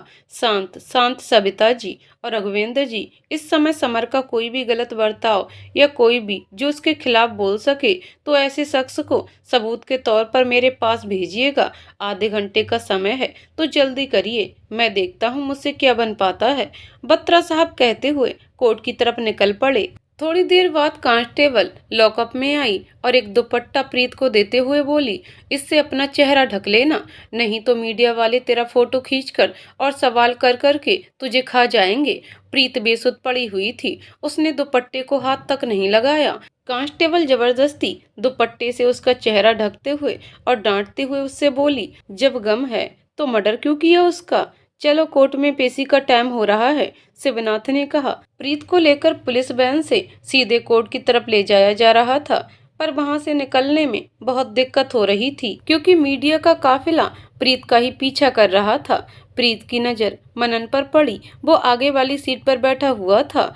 मनन कार के शीशे से प्रीत को घूर रहा था। करीबन 35 मिनट में सब कोर्ट पहुंचे। प्रीत को बाहर निकाला गया और अंदर ले जाया गया। सामने सविता जी और रघुवेंद्र जी खड़े हुए उसे ही देख रहे थे। बेटा, चिंता मत करना, हम तुझे जल्द छुड़ा लेंगे, सविता जी ने प्रीत को गले से लगाते हुए कहा। हाँ बेटा, तुम भरोसा रखो, रघुवेंद्र जी कहते ही प्रीत उसके गले लग गई और फूट फूट कर रोने लगी। आई एम सॉरी पापा, आज मेरी ही वजह से फिर से आपको इतना सब कुछ सहना पड़ रहा है। मैं आपकी अच्छी बेटी नहीं हूँ। प्रीत के कहते ही सविता जी उसका पीठ सहलाने लगी। ऐसा मत बोलो, भले ही मैं थोड़ा कड़क स्वभाव का हूँ, पर तुमसे प्यार भी उतना ही करता हूँ बेटा, रघुवेंद्र जी ने कहा। और कांस्टेबल उसे लेकर कोर्ट की बिल्डिंग के अंदर लेकर चली गई। उसने ऐसे क्यों कहा कि उसकी वजह से मुझे फिर से सहना पड़ रहा है? वो मेरी बेटी है, मैं भला उससे क्यों परेशान होऊंगा? रघुवेंद्र जी प्रीत को जाते देखकर बोले। सविता जी तो जानती ही थी कि प्रीत किसकी बात को सोचते हुए कह रही है, पर वो अभी उनको नहीं बता सकती थी। खुद को संभालिए प्लीज, उसे आपकी जरूरत है, सविता जी ने हिम्मत देते हुए कहा। तुम सही कह रही हो, रघुवेंद्र जी ने अपना मन कड़ा किया और सविता जी के साथ वो भी अंदर चले गए। कोर्ट की हियरिंग शुरू हो चुकी थी। अभिनव की तरफ से हायर किया हुआ वकील हर एक सबूत के साथ साबित करता जा रहा था कि किस तरह से होटल में रूम प्रीत के नाम से बुक था और वो किस तरह से समर को बुलाकर हादसे को अंजाम दे रही थी। दूसरी तरफ बत्रा साहब भी हर सबूत का अपोजिट किए जा रहे थे, लेकिन कोई पुख्ता सबूत न होने की वजह से वो भी ज्यादा देर तक अपने पॉइंट ऑफ व्यू को साबित नहीं कर पा रहे थे। उन्होंने सविता जी की तरफ देखा तो सविता जी ने थोड़े रुकने का इशारा किया। मिस प्रीत, आपको अपने लिए कुछ कहना है? जज ने पूछा। प्रीत पहले की तरह चुप खड़ी थी। उसने अपनी जुबान से कुछ भी नहीं कहा। बत्रा साहब उसे देख रहे थे। उनके उसे नॉट क्वालिटी कोर्ट में कहने के बावजूद भी उसने उनकी बात नहीं कही। हम तो सभी सबूत के अनुसार प्रीत जी दोषी मानी जाती हैं। जज ने हाथों में पेन लेते हुए कहा। रुक जाइए, मुझे कुछ कहना है। एकदम से अंजलि कोर्ट में आते हुए बोली। सविता जी ने गहरी सांस ली और बत्रा साहब को कानों में फुसफुसाया। प्रीत की दोस्त है, आपको जो कहना है विटनेस बॉक्स में आकर कहिए। जज ने कहा। अंजलि विटनेस बॉक्स में आकर खड़ी हो गई। वो प्रीत के सामने खड़ी थी। प्रीत सरनामे हिला रही थी। आपको डरने की जरूरत नहीं है, बोलिए, बत्रा साहब ने कहा। जी, समर की जैसी छवि सबके सामने दिखाई जा रही है वैसा वो था नहीं। वो प्रीत को सिर्फ अपना समझता था। अंजलि के कहते ही अभिनव जी के वकील हंस पड़े। तो इसमें गलत क्या था? उसी का तो फायदा उठाया मिस प्रीत ने। उन्होंने कहा, अपने से मेरा मतलब है सिर्फ उसका हक, किसी के साथ होना, यहाँ तक कि किसी से बात करना भी प्रीत का समर को बिल्कुल भी नहीं भाता था। मैंने खुद देखा है। इस तरह से बिहेव करने को प्यार का नाम तो बिल्कुल नहीं दिया जा सकता है। अंजलि ने कहा। तो जज सोच में पड़ गए। यू आर ऑनर, ये केस एक तरफा नहीं है। इनकी गवाही से ये साबित हो रहा है कि समर भी कहीं ना कहीं गलत था। उसका बर्ताव प्रीत के प्रति सही नहीं था। बत्रा साहब ने अपने दलील पर जोर डालते हुए कहा। हम मिस अंजलि के बयान से ये समझा जा सकता है कि इस केस में दूसरा सिरा भी जुड़ गया है। अभी के अदालत स्थगित की जाती है। बाकी की कार्यवाही अगली तारीख को की जाएगी। जज कहते हुए उठकर चले गए। प्रीत को भी कांस्टेबल वहां से लेकर चली गई। साथ ही पुलिस वाले भी। सविता जी ने अंजलि का शुक्रिया अदा किया। थैंक्स बेटा, सविता जी ने गले लगाकर कहा। वो मेरी दोस्त है आंटी, हेल्प तो करूंगी ही। अंजलि हल्का सा मुस्कुराकर बोली। पर क्या सच में समर का बर्ताव प्रीत के प्रति सही नहीं था? रघुवेंद्र ने हैरानी से पूछा। नहीं अंकल, प्रीत आपके फैसले का सम्मान करती थी, इसलिए आपके लिए वो इस रिश्ते से जुड़ने के लिए तैयार थी। अंजलि ने पूरी बात बताते हुए कहा। अपनी बेटी का दर्द भी नहीं समझ पाया। रघुवेंद्र जी वहीं माथे पर हाथ रखकर बैठ गए। ये समय हमें अपना केस को मजबूत करने में लगाना होगा, क्योंकि अभी भी प्रीत कस्टडी में ही है। बत्रा साहब ने कहा। वो छूट तो जाएगी ना? सविता जी ने पूछा। केस में नया मोड़ आया है। प्रार्थना करिए कि आगे भी सब अच्छा हो। बाकी मैं पूरी कोशिश तो कर रहा हूँ, बत्रा साहब ने कहा। प्रीत इनोसेंट प्रूफ होगी, मुझे भरोसा है, अंजलि ने हौसला देते हुए कहा। प्रीत को पुलिस स्टेशन से हटाकर स्टेट की जेल में शिफ्ट कर दिया गया था। अब तक मीडिया ने ये अपडेट फैला चुका था कि समर और प्रीत का रिश्ता जैसा दिखता था वैसा नहीं था। उन दोनों की आपस में नहीं बनती थी। इन सब बातों से अभिनव जी बहुत ही ज्यादा परेशान हो चुके थे। उनके बेटे के बारे में इतनी सारी बुराइयां नहीं सुन सकते थे। उन्होंने तुरंत एक प्रेस मीटिंग करने का फैसला कर लिया। मनन को ये बात पता चलते ही वो तुरंत ही अभिनव जी के पास आया। इस तरह के प्रेस मीटिंग में अक्सर इंसान जल्दबाजी कर जाता है और ये मनन अच्छे से जानता था। पापा, आप ये प्रेस कॉन्फ्रेंस मत करिए, मनन अभिनव जी के स्टडी रूम में आते हुए बोला। पर क्यों ना करूं, ये जरूरी है। समर पर गलत आरोप लगाया जा रहा है, इमेज खराब हो जाएगी उसकी, हम केस हार सकते हैं। अभिनव जी गुस्से में बोले। आपकी बात सही है, लेकिन अभी उतने मीडिया के बीच आपसे कई सवाल किए जाएंगे और अगर गलती से कुछ आपके मुंह से प्रीत के बारे में ज्यादा बुरा निकल गया तो गड़बड़ हो सकती है। कैसी गड़बड़? उन हजारों की मीडिया में कोई ना कोई ऐसा भी होगा जो प्रीत की तरफ से भी क्वेश्चन करेगा। आपका उसके लिए बुरा भला बोलना ये साबित कर सकता है कि समर सच में उसे टॉर्चर करता था, क्योंकि अभी प्रीत पूरी तरह से दोषी साबित नहीं है। तुम कहना क्या चाहते हो? समर को बिहेवियर डिसऑर्डर था, उसे गुस्सा बहुत जल्दी आता था। अगर ये बात सामने आ गई तो सब प्रीत को सही और आपको गलती समझेंगे। उसे गुस्सा आता था बस, वो किसी को मारता पीटता नहीं था। अभिनव जी अपना चश्मा उतारते हुए कुर्सी पर बैठ गए। लेकिन दुनिया वालों को कैसे समझाएंगे? वो तो यही समझेंगे कि वो पागल था। इस छोटे से टर्म को वो नहीं समझ पाएंगे। तिल का ताड़ बन जाएगा। मनन भी उनके बगल में बैठ गया। बेटा, मैं समझ रहा हूँ तुम क्या कह रहे हो, मैं इस बात का ध्यान रखूंगा, पर प्रेस कॉन्फ्रेंस शेड्यूल हो चुका है तो जाना ही पड़ेगा ही। ठीक है पापा, बस ध्यान रखिएगा जो मैंने कहा है, मनन कहते हुए दरवाजे तक गया और फिर मुड़ते हुए बोला। पापा, वैसे सच में समर ने कभी प्रीत पर हाथ तो नहीं उठाया ना? ये तुम कैसी बात कर रहे हो? समर ऐसा नहीं था। हाँ, माना मैंने, वो अपने दोस्तों पर प्रीत पर अपने पैसों और अपने रुतबे का शो ऑफ थोड़ा ज्यादा करता था, जिसके लिए मैंने उसे कई बार टोका भी। पर उसने प्रीत को कभी भी डराया या धमकाया नहीं। वो उसे सच्चा प्यार करता था। अभिनव जी ने उसे समझाते हुए कहा। जी, मनन कहते हुए वहां से निकल गया। मनन ने कमिश्नर से रिक्वेस्ट करके समर का केस खुद ही लिया हुआ था। मनन को कुछ समझ में नहीं आ रहा था। एक तरफ सारा गुनाह प्रीत का इतने आसानी से मान लेना और चुप रहना उसे खल रहा था, तो वहीं दूसरी तरफ समर का प्रीत पर जबरदस्ती हक जमाना उसे कुछ अटपटा लग रहा था। वो सोच में डूबा हुआ था कि एकदम से शिवनाथ आ गया। क्या सोच रहे हैं सर? शिवनाथ ने सामने पियोन से टेबल पर चाय रखने का इशारा किया। यही कि कौन सच्चा है और कौन झूठा। मनन ने चाय की एक चुस्की लेते हुए कहा। सर, समर आपका भाई था। आप अपने भाई पर शक कैसे कर सकते हैं? शिवनाथ, कानून की नज़र में तो सब बराबर ही होते हैं। और हाँ, मुझे विश्वास है समर पर कि वो किसी लड़की को नुकसान नहीं पहुंचा सकता है। लेकिन अंजलि के बयान से मैं क्या समझूं? सर, वो झूठा बयान भी तो दे सकती है। वैसे भी समर का पब्लिक प्लेस में प्रीत से लड़ने का या कहीं भी कोई ऐसा वीडियो वायरल नहीं हुआ है। समर एक नेता का बेटा था। उसकी हर हरकत मीडिया वाले कैप्चर करने के लिए तैनात रहते होंगे। हाँ, लेकिन सिर्फ प्रीत का उस पर कॉफी फेंकने वाला वीडियो भी तो समर के जाने के बाद ही सामने आया। उससे पहले क्यों नहीं? जब भी आया हो सर, इससे तो प्रीत का ही गलत बिहेवियर सामने आया है। शिवनाथ कहते हुए चाय पीने लग गया। कुछ तो है जो हम देख नहीं पा रहे हैं, मनन ने मन में ही कहा। वो समझ रहा था कि अंजलि की बातों में कुछ तो सच्चाई है, क्योंकि अपने ऊपर रिस्क लेकर वो प्रीत के समर्थन में बयान तो नहीं दे सकती। उसने अपनी टीम के मेंबर से अंजलि के घर का एड्रेस पता करवाया और वहां जाने के लिए रवाना हो गया। रात के 8 बज रहे थे। मनन सीधे अपनी जीप लेते हुए करोल बाग से हनुमान वाली गली में पहुंचा, जो एड्रेस पूछते पूछते सीधे अंजलि के कॉलोनी में पहुंचा। उसने कॉल बेल बजाया तो सामने से एक महिला ने दरवाजा खोला। जी कहिए, कहते हुए वो रुक गई। मनन को पुलिस की वर्दी में देखकर वो थोड़ा घबरा गई। नमस्ते, मुझे अंजलि से मिलना था।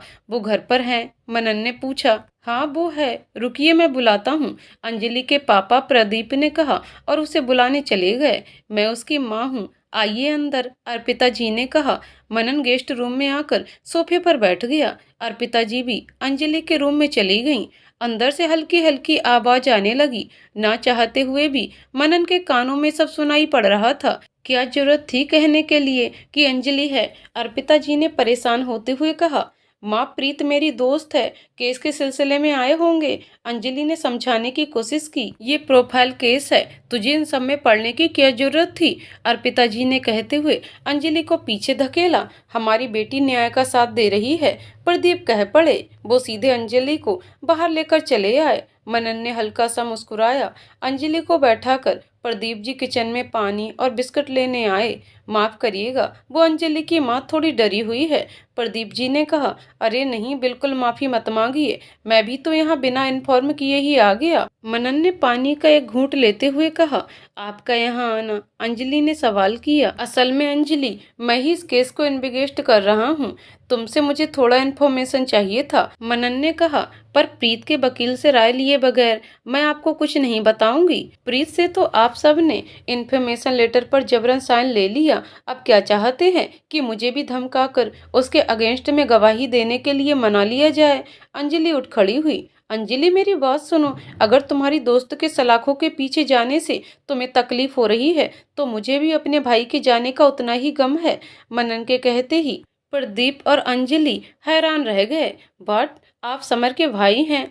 अंजलि चौंकते हुए उसे देखने लगी। हाँ, मेरे पर्सनल लाइफ के बारे में मैं आज तक किसी को बताया नहीं था। अभी मुझे सच जानना है, तभी मैं ठीक कर पाऊंगा, मनन ने अंजलि से रिक्वेस्ट करते हुए कहा। अरे, आप क्या उसकी मदद करेंगे? आप तो अपने परिवार का ही साथ देंगे। प्लीज जाइए यहाँ से, अंजलि मेन डोर खोलते हुए बोली। ट्राई टू अंडरस्टैंड, प्लीज मेरी बात तो सुनो, मनन ने फिर रिक्वेस्ट किया। ठीक है, जानना चाहते हैं तो सुन लीजिए। आपका भाई समर एक निहायती पागल, घटिया और लड़कियों को एक खिलौना समझने वाला आदमी था। He is the real criminal. लेकिन किस्मत का खेल देखिए, जुर्म करने वाला तो चला गया और सजा एक मासूम को मिल रही है। अंजलि कहते हुए रो पड़ी। मनन वहीं खड़े थोड़ी देर के लिए सुन्न पड़ गया। उसे विश्वास करने का मन तो नहीं था, लेकिन अंजलि जितने विश्वास के साथ कह रही थी, उससे उसे ना चाहते हुए भी कहीं ना कहीं विश्वास हो रहा था। मनन वहां से निकलकर सीधे अपनी जीप में आया। उसने अपना सिर स्टेयरिंग से लगाया और कुछ देर वैसे ही शांत रहा। गॉड प्लीज हेल्प मी, रास्ता दिखाइए मुझे। तकलीफों का दायरा जब इंसान पार कर लेता है तो उसके अंदर का दर्द ठहर सा जाता है। प्रीत जेल की एक छोटी सी खिड़की से आसमान में आए हुए चांद को देख रही थी। चांद भी निशब्द था और वो भी। तू यहाँ किस जुर्म में है? सामने से एक लड़की ने, जिसका चेहरा काफी देखने में खतरनाक था, पूछा। प्रीत थोड़ा पीछे सरक गई। उसने कुछ नहीं कहा। मुंह में तेरे जबान नहीं है क्या? सामने वाली लड़की ने फिर कहा। प्रीत उसी तरह खामोशी रही। उसने कुछ नहीं कहा। अरे मर्डर का आरोप लगा है इस पे, एक दूसरी औरत ने हंसते हुए कहा। बड़ी तेज निकली रे तू, चेहरे से तो सीधी सादी लग रही थी। तुझे एक चीज बता देती हूँ, इस जेल में ये पूरा हिस्सा मेरा है। अपना कोना पकड़ और दफा हो जाए यहाँ से। सामने वाली लड़की ने प्रीत को जोर से धक्का देते हुए कहा। प्रीत नीचे गिर गई, जिसकी वजह से उसके हाथ पर लगे घाव फिर से छिल गया। उस पर से खून आने लगा। प्रीत किसी तरह उठी और कोने में बैठकर उसी चांद को देखने लगी। धीरे धीरे उसकी आंख लग गई और वो वहीं सो गई। अगले दिन सुबह सुबह ही जेलर प्रीत को झकझोर कर उठाने लग गया। प्रीत एकदम से उठ खड़ी हुई। जी क्या हुआ? प्रीत ने कांपती आवाज में कहा। कोर्ट में पेशी है तेरी आज, और ये हाथ से इतना खून कैसे निकल रहा है? जेलर ने उसका कुर्ता देखते हुए पूछा। प्रीत ने भी अपना कुर्ता देखा। वो पूरा खून से सना हुआ था। उसके हाथ से धीरे धीरे खून रिसे जा रहा था। अब खून करेगी तो खून तो इसका भी बहेगा ना। सामने वाली वही लड़की कहकर जोर जोर से हंसने लगी। चुप कर, जेलर ने उसे जोर से डांटते हुए कहा। मैं ठीक हूँ, प्लीज चलिए। प्रीत अपने बाजू को दुपट्टे से ढकते हुए बोली। अब तो मेडिकल रूम में जाने का भी टाइम नहीं है। कांस्टेबल थोड़ा देखो क्या हो सकता है इसके घाव का, जेलर कहकर चला गया। प्रीत कांस्टेबल के साथ जाकर जीप में बैठ गई। कांस्टेबल ने एक सफेद कपड़े से उसका हाथ कसकर बांध दिया ताकि खून रुक सके। प्रीत ने उसने अभी तक कुछ खाया नहीं था। वो बहुत कमजोर हो चुकी थी। तेरी हालत तो बहुत खराब लग रही है। जेल में किसी कैदी ने तुझे मारा था क्या? ये चोट कैसे लगी? कांस्टेबल ने पूछा। प्रीत इस बार भी खामोशी थी। आखिर वो कहती क्या कि ये घाव उसे संवरने दिया है? कोई इस पर विश्वास करता थोड़े ही, वो भी जब सारे सबूत उसके खिलाफ थे। थोड़ी देर में सब कोर्ट पहुंचे। मनन इंस्पेक्टर शिवनाथ से केस के बारे में डिस्कशन कर ही रहा था कि इतने में उसकी नजर प्रीत पर पड़ी। वो भागते हुए उसके पास आया। What is this? इसको इतनी चोट कैसे लगी? और अगर लगी भी तो मेडिकल रूम में पट्टी क्यों नहीं करी गई? मनन ने डांटते हुए कहा। सर वो टाइम नहीं था तो, कांस्टेबल ने कहते हुए आंखें नीची कर लीं। मुझे कोई दिक्कत नहीं है, प्रोसीडिंग शुरू होने वाली है, लेट हो जाएगा, प्रीत ने कहा और कांस्टेबल के साथ आगे बढ़ गई। मनन के सामने से वो गुजर गई और वो उसे देखता ही रह गया। इंस्पेक्टर शिवनाथ उसके पास आते हुए बोला। अजीब लड़की है, पहली बार ऐसे मुजरिम को देख रहा हूँ जो कोर्ट में जाने पर डर नहीं रहा है। सच्चाई किसी से डरता नहीं है, मनन ने धीरे से कहा। कुछ कहा सर? शिवनाथ ने टोपी सही करते हुए पूछा। नहीं कुछ नहीं, चलो अंदर, मनन कहते हुए शिवनाथ के साथ वहां से चला गया। कोर्ट में दोनों पक्षों की तरफ से सवालों और जवाबों के बौछार पड़ने शुरू हो चुके थे। कुछ देर में ही बत्रा साहब ने अंजलि को कटघरे में बुलाया। हाँ तो मिस अंजलि, क्या आप अदालत को थोड़ी और सही तरीके से बता सकती हैं कि समर और प्रीत का रिश्ते को आखिर किस नजरिए से देखा जा सकता है? बत्रा साहब ने कहा। जी, इस रिश्ते को प्रीत की तरफ से मजबूरी और समर की तरफ से जबरदस्ती के रूप में देखा जा सकता था। अंजलि कहते ही प्रीत उसे चुप करने का जैसा ही इशारा किया कि उसके हाथों पर लगा सफेद पट्टी खुलकर नीचे गिर गया। ये चोट तुम्हारा ठीक नहीं हुआ? अंजलि जोर से चिल्ला पड़ी। सर मेरी क्लाइंट जेल में सेफ नहीं है, बत्रा साहब ने तुरंत जज साहब की तरफ देखते हुए कहा। नहीं जज साहब, ये उस दिन समर ने ही प्रीत को हार्म करने की कोशिश की थी। उस दिन हम सब अक्षरधाम मंदिर में घूमने गए हुए थे। अंजलि के कहते ही अभिनव जी घबरा गए। ये लड़की झूठ बोल रही है, ऐसा कुछ नहीं है। अभिनव जी उठकर बोल पड़े। साइलेंट प्लीज, जज ने अभिनव की तरफ देखकर कहा, क्या सबूत है इसका कि ये जख्म समर ने ही दिया है? समर के वकील खुराना साहब ने कहा, मैंने देखा था उस दिन, वो गुस्से में था। अंजलि ने कहा, यहाँ कोई पिक्चर नहीं चल रही है कि आप झूठी स्क्रिप्ट सबको सुनाएंगी और सब यकीन कर लेंगे। यू आर ऑनर, समर के दोस्त और जो मिस प्रीत के भी दूसरे दोस्त हैं, उनमें से संगीता को कटघरे में बुलाना चाहूंगा, खुराना साहब ने कहा। जज साहब की इजाजत देते हुए संगीता कटघरे में आई। तो बताइए मुझे, कैसा था समर? प्रीत के प्रति सारी महंगी सुविधा देता था, हर तरह का ऐशो आराम, बहुत पैसे लुटाता था। जो प्रीत मांगती थी वो सब बिना कुछ कहे उसे दे देता था। प्रीति उसे डांट और धमका कर रखती थी। संगीता के कहते ही अंजलि और सविता जी चिल्ला पड़ी, ऐसा नहीं है। ऑर्डर ऑर्डर, प्लीज शांत रहिए। बत्रा साहब, आपके पास कोई पुख्ता सबूत है मिस प्रीत के बिहाफ में? जज के पूछते ही बत्रा साहब ने हामी सिर हिलाया।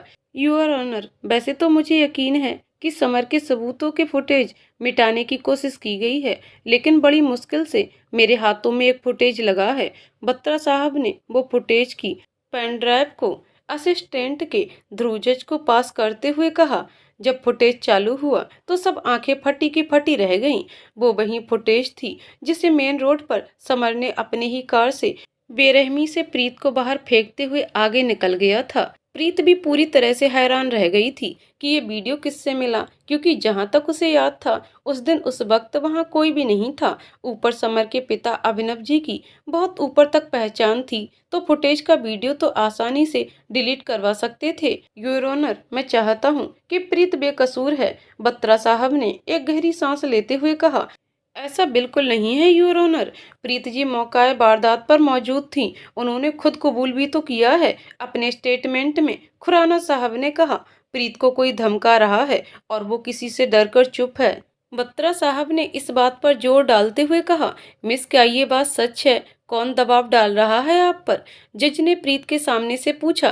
प्रीत बहुत ज्यादा घबरा गई। वो सविता जी को देखने लगी, उसके होठ फड़फड़ाने लगे और वो वहीं बेहोश हो गई। मनन उसे देखते हुए आगे बढ़ा कि तब तक कांस्टेबल ने उसे संभाला। सविता जी भागते हुए प्रीत के पास गईं और उसके माथे को चूमकर रोने लग गईं। केस इतना कॉम्प्लिकेटेड हो चुका था कि असली गुनहगार कौन है समझना मुश्किल होता जा रहा था। दिल्ली के सिटी हॉस्पिटल में प्रीत बेहोशी की हालत में लेटी हुई थी। सविता जी और रघुवेंद्र जी दोनों ही बहुत घबराए हुए थे। मनन भी वहीं मौजूद था। प्रीत को इतनी तकलीफ में देखकर सविता जी खुद को कोसे जा रही थी। वो खुद पर ही गुस्सा निकालते हुए दीवार पर अपना हाथ मारे जा रही थी। ये क्या कर रही हैं आप? मनन दौड़ता हुआ उनके पास आया। सविता, खुद पर काबू रखो, अभी प्रीत को हमारी जरूरत है। रघुवेंद्र जी ने सविता जी को संभालते हुए कहा।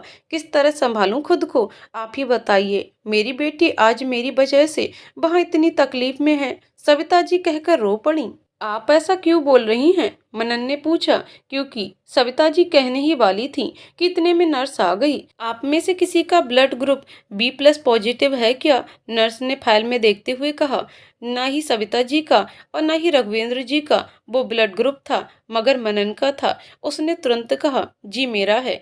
ठीक है, आप प्लीज जल्दी साथ आइए, पेशेंट को ब्लड चढ़ाना जरूरी है, उन्हें काफी लॉस हुआ है ब्लड का। नर्स कहते हुए मनन को प्रीत के रूम में ले गई।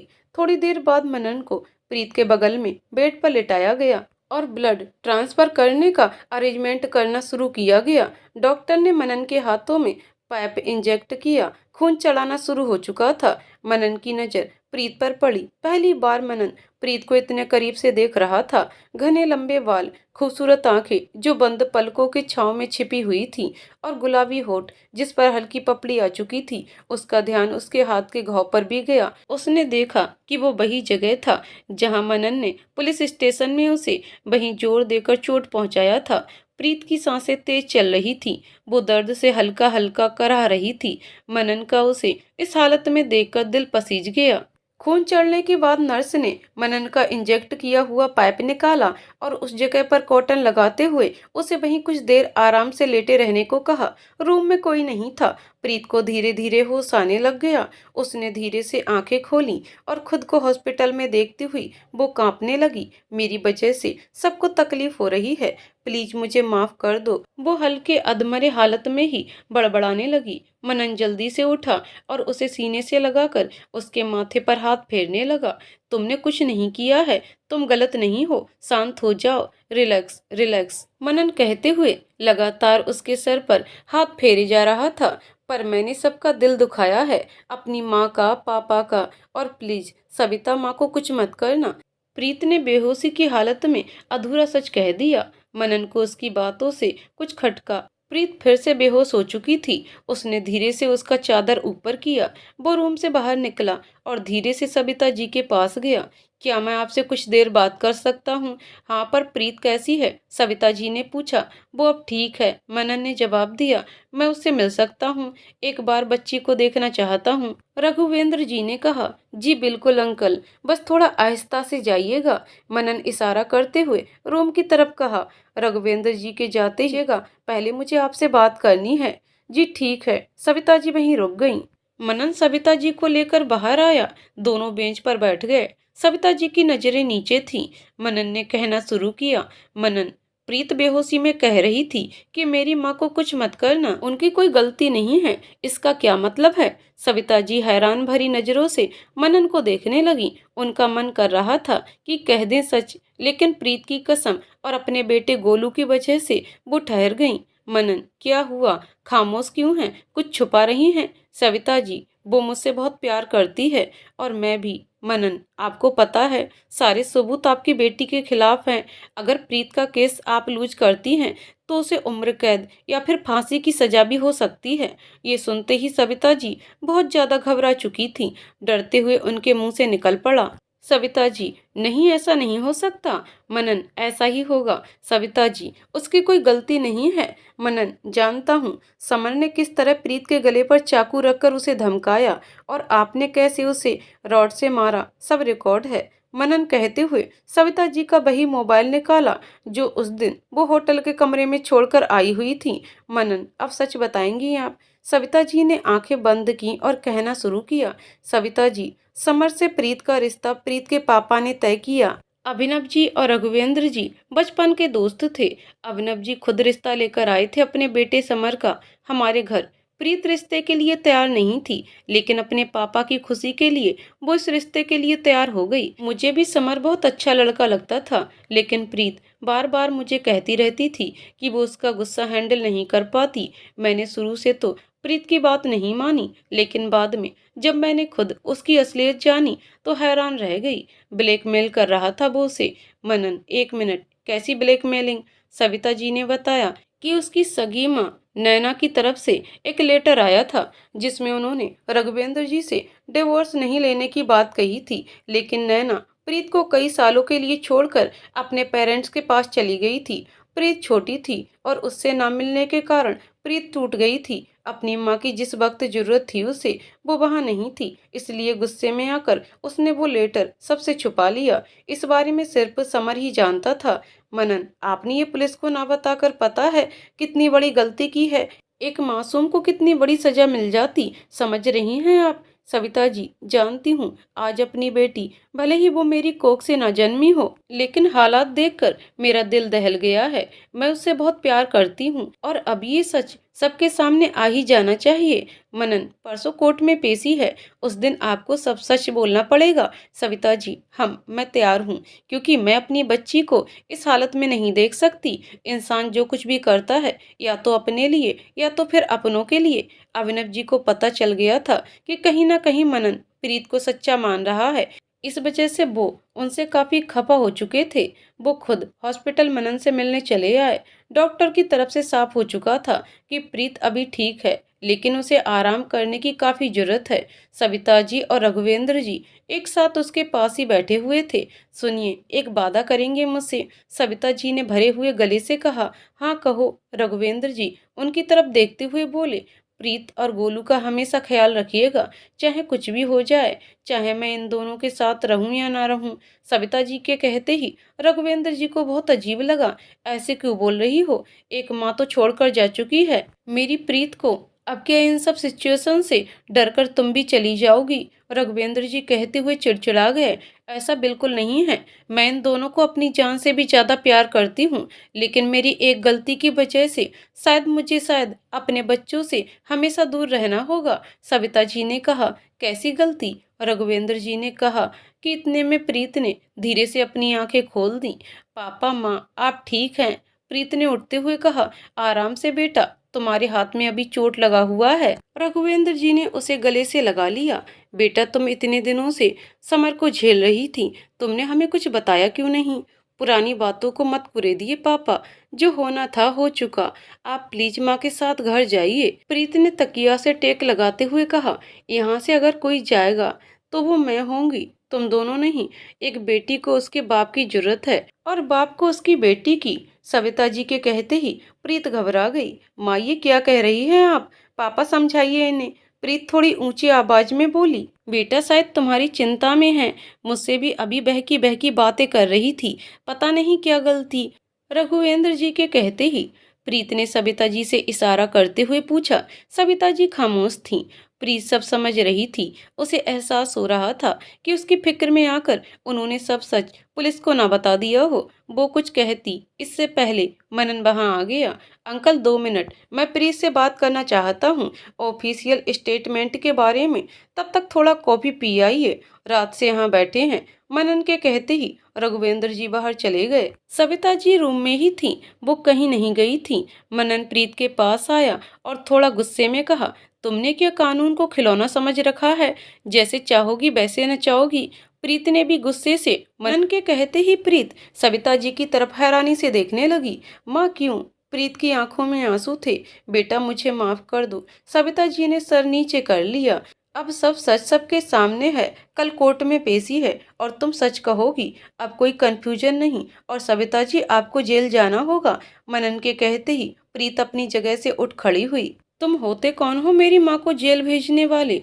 जब तुम पुलिस वालों की मदद चाहिए होती है तो बड़े पॉलिटिशियन के गलतियों को छुपाकर उनका सपोर्ट करते हो, और मेरी माँ से सेल्फ डिफेंस में खुद को और उनकी बेटी को बचाने में उस हैवान का मर्डर हो गया तो हम सच्चे होकर भी क्रिमिनल बन गए। प्रीति ने उसका कॉलर पकड़ते हुए कहा। इंसाफ सबको मिलता है, एक बार सच बोलकर तो देखती। कानून समझता इस बात को और कम सजा मिलती है इन्हें। मनन ने कॉलर छुड़ाते हुए कहा।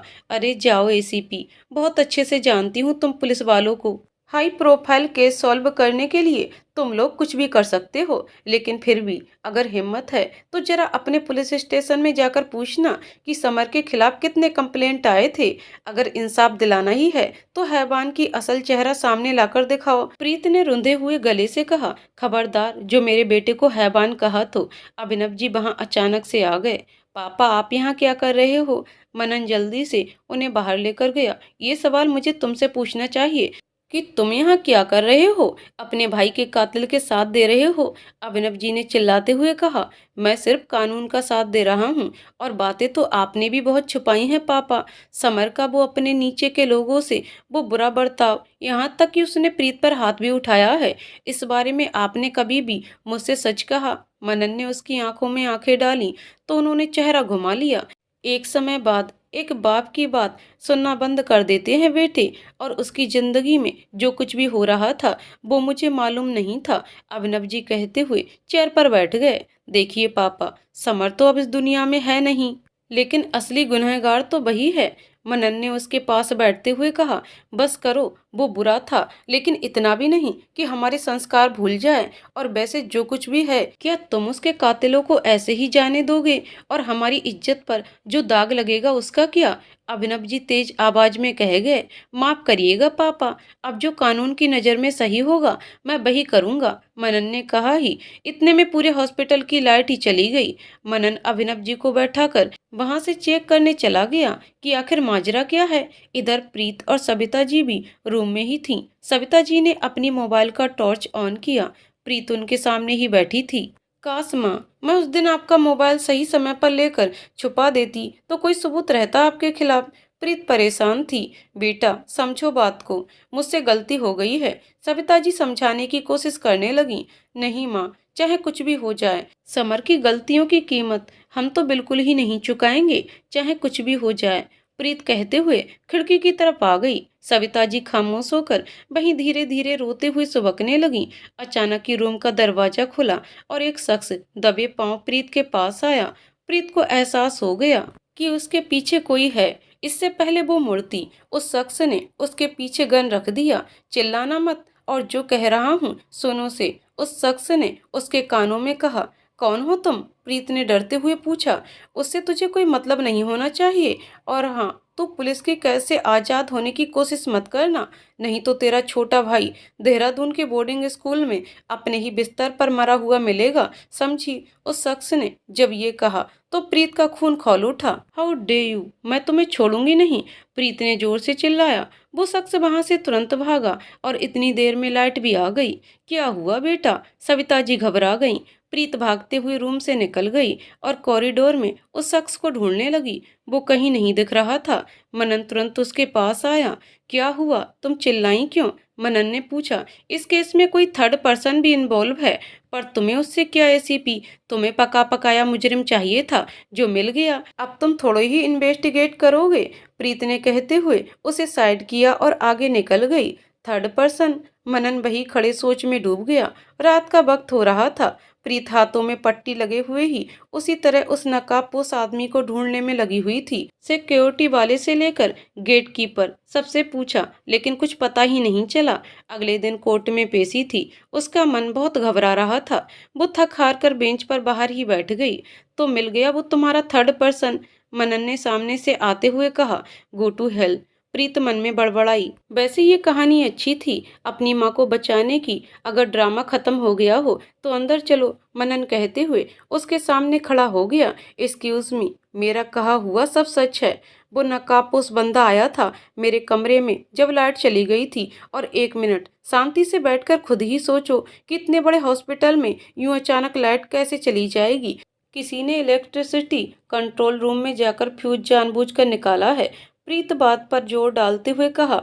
आई डोंट ट्रस्ट यू, तुम पहले ही समर के असली गुनहगार को छुपा चुकी हो, मनन ने उसे घूरते हुए कहा। प्रीत को फिर से गुस्सा आ गया। उसने चिल्लाते हुए कहा। लिसन वेरी केयरफुली एसीपी मनन, पहली बात, मुझे और मेरी माँ को कोई फंसा रहा है। दूसरी, आप पुलिस होकर मेरा साथ दें या ना दें, मैं सच का पता खुद ही लगा लूंगी। और तीसरी, मेरी माँ ने डिफेंस में उस वक्त वार किया था और उस वक्त भी वो जिंदा था, उसकी सांसें चल रही थी। कहना क्या चाहती हो कि मेरा भाई अपने आप ही मर गया? मनन भी चिल्ला पड़ा। ऑफ कोर्स नॉट, पर हमारे वहां जाने के बाद और मेरे वहां से आने के बाद बीच में जो कुछ भी हुआ वो हमें पता लगाने की तो कोशिश ही नहीं की, प्रीत ने कहा। तो मनन उसके बेंच पर बैठ गया। मेरी आंखें कभी धोखा नहीं खाती हैं। ये तुम्हारी माँ का मोबाइल जो किसी को नहीं मिला वो मुझे मिला। एक काउंटर किया है मैंने, बड़े से बड़े केस का इन्वेस्टिगेशन किया है मैंने। मनन उसे पहले की तरह घूरते हुए बोला। किया होगा बड़े से बड़ा इन्वेस्टिगेशन, लेकिन इस बार बात तुम्हारे भाई की है, इसलिए तुम इमोशनल होकर सबकी थाली में परोसे हुए सबूतों के आधार पर ही फैसला करके अपने भाई का बदला निकालना चाहते हो। इसी वजह से तुम सच से भी इतने दूर हो, प्रीत कहकर वहां से उठी और हॉस्पिटल बिल्डिंग के अंदर जाने लगी। कल कोर्ट में पेशी है, तुमसे कोई उम्मीद नहीं है, पर तुम्हारी माँ से है कि वो सच बोलेंगी। कुछ भी गड़बड़ करने की कोशिश मत करना, नहीं तो मुझे कानूनी तरीकों का सहारा लेना पड़ेगा, मनन ने उसे रोकते हुए कहा। धमका रहे हो? जैसा तुम समझो। हम तुमसे बहस करने का तो कोई फायदा नहीं। तुम अभी सिर्फ वही देखना चाहते हो जो तुम्हारा जिद चाह रहा है, प्रीत मनन को कहते हुए उसके पास आई और उसके हाथ में अपने गले से निकालकर सोने की चेन दिया। इसे समर ने दिया था। ये जो सोने की लॉकेट देख रहे हो ना, ये असल में प्यार की निशानी नहीं थी, ये जंजीर थी मेरे लिए। जब भी वो मुझ पे गुस्सा होता तो इसे जोर से मेरा गला दबाने लगता। बहुत दर्द होता था मुझे, लेकिन सहती थी ताकि समाज के सामने उसका असली चेहरा ना आ जाए और पापा और अभिनव अंकल की दोस्ती ना खराब हो जाए। मनन ने शब्द हो गया। उसकी जवान ठहर सी गई। जब उसका जुल्म नहीं सहा जा रहा था तब उससे रिश्ता तोड़ने का सोचा। बल्कि उसे एक्सपोज करके नहीं, बल्कि कोई दूसरा तरीका अपनाकर, ताकि दो परिवारों का रिश्ता ना खराब हो। जो जैसा दिखता है वो वैसा ही हो, जरूरी नहीं होता। प्रीत भागते हुए अंदर चली गई। मनन ने एक गहरी सांस ली और वहीं बैठकर आसमान की ओर देखने लगा। तारे हर जगह बिखरे हुए थे और मनन का मन भी उन तारों की तरह कई सवाल से बिखरा हुआ था। कुछ देर बाद उसने शिवनाथ को कॉल लगाया। शिवनाथ, जय हिंद सर। मनन, हाँ शिवनाथ, जरा समर के सारे कॉल रिकॉर्ड्स, उसके पर्सनल सोशल मीडिया हैंडल्स के प्रोफाइल्स, उसका लैपटॉप और अगले 6 महीने के सारे एक्सेस तैयार रखो। शिवनाथ, सर पर ये सब चीजें तो आप देख चुके हैं। मनन, हाँ पता है, दोबारा रिव्यू करना है मुझे। कोई दिक्कत है? शिवनाथ, नहीं सर, सॉरी सर, बस आधे घंटे में सब कुछ आपके सामने होगा। मनन, ग्रेट। मनन रात भर बैठकर सब कुछ चेक करता रहा। कॉल रिकॉर्ड्स में भी उसे कुछ नहीं मिला, पर अचानक ही उसे समर के व्हाट्सएप लिस्ट में एक मास्क मैन का अकाउंट दिखा। उसने चेक किया पर मैसेजेस डिलीट थे। उसने तुरंत ही अपने एक जान पहचान के साइबर एक्सपर्ट को कॉल लगाया और मोबाइल लेकर उसके पास गया। बड़े दिनों बाद आना हुआ। सिद्धार्थ, उसका साइबर एक्सपर्ट दोस्त ने दरवाजा खोलते हुए कहा। हाँ, वो बिजी था, मुझे इसके डिलीटेड मैसेज रिकवर करने हैं, एक केस चल रहा है। मनन ने उसे व्हाट्सएप अकाउंट दिखाते हुए कहा। लेकिन इसके लिए तो तुझे टीम प्रोवाइड की ही जाती है, फिर मुझसे? यार देख, मैं नहीं चाहता कि कोई इसके बारे में जाने। एक्चुअली समर का केस है। समर सिंघानिया। हाँ, हेल्प चाहिए, करेगा ना? हाँ बिल्कुल, मैं लैपटॉप लेकर आता हूँ, कनेक्ट करना होगा। सिद्धार्थ कहता हुआ रूम में गया और जल्दी से अपना लैपटॉप को समर के मोबाइल से कनेक्ट किया। काफी देर बाद सिद्धार्थ ने मोबाइल के उस मास्कमैन के सारे मैसेज रिकवर कर लिए थे। मनन ने जल्दी से पढ़ना शुरू किया। मैसेज 1, पैसे लेने आना, कल तुझे आना, तेरा सामान मिल जाएगा। समर, चांदनी चौक के मार्केट में मिलना, अपनी कार लेकर वहां नहीं आऊंगा, नहीं तो सब पहचान लेंगे। मैसेज 2, ठीक है, पर अगर कोई गड़बड़ी की तो तू अपनी जान भी गंवा सकता है, इसलिए कोई होशियारी नहीं। समर, समझ गया हूँ मैं, और मुझे ना इस तरह बार बार डराया मत करो। मेरे पास भी कुछ कम पावर नहीं है। अगर अपने पर आ गया ना तो क्या हालत करूँगा तेरा, तुझे पता भी नहीं है। मैसेज 3, फिलहाल तो अपने राज को बचा और पैसे समय से लेकर आना, नहीं तो तू जानता है कि तेरी इज्जत की धज्जियां कैसे उड़ेंगी। समर, आ जाऊंगा। मनन ने आखिरी तक सारे मैसेज पढ़े, पर जिस राज की उन दोनों में बात हो रही थी उसमें तो उसका जिक्र ही नहीं था। लेकिन इससे इतना तो क्लियर हो गया था कि दाल में कुछ तो काला है। कुछ तो था जिसकी वजह से समर टेंशन में था। अब प्रीत की थर्ड पर्सन वाली बात मनन को सच्ची लग रही थी। उसे समझ में आ रहा था कि कुछ तो कनेक्शन है इस मास्क मैन का, पर क्या वो फाइंड आउट करना बाकी था। मनन ने तुरंत ही शिवनाथ को कॉल लगाया। शिवनाथ, जी सर। मनन, मेरी बात ध्यान से सुनो शिवनाथ, हॉस्पिटल में प्रीत की सिक्योरिटी का खास ध्यान रखना, और कौन उससे मिल रहा है, कौन आ रहा है, सब पर ध्यान रखना। कुछ भी अटपटा लगे तो मुझे कांटेक्ट करना। Be alert. शिवनाथ, फिक्र मत करिए सर, मैं वहाँ 2 कांस्टेबल और तैनात कर देता हूँ। मनन ने कॉल डिस्कनेक्ट किया और सिद्धार्थ की तरफ देखते हुए कहा, एक और अकाउंट को एक्सेस कर देगा। हाँ बोल, किसका? प्रीत। आगे की कहानी अगले वीडियो में। तो दोस्तों, आपको कहानी कैसी लगी कमेंट करके जरूर बताइएगा। कहानी पसंद आई हो तो वीडियो को लाइक शेयर करें और चैनल को सब्सक्राइब करें। कहानी को पूरा सुनने के लिए बहुत बहुत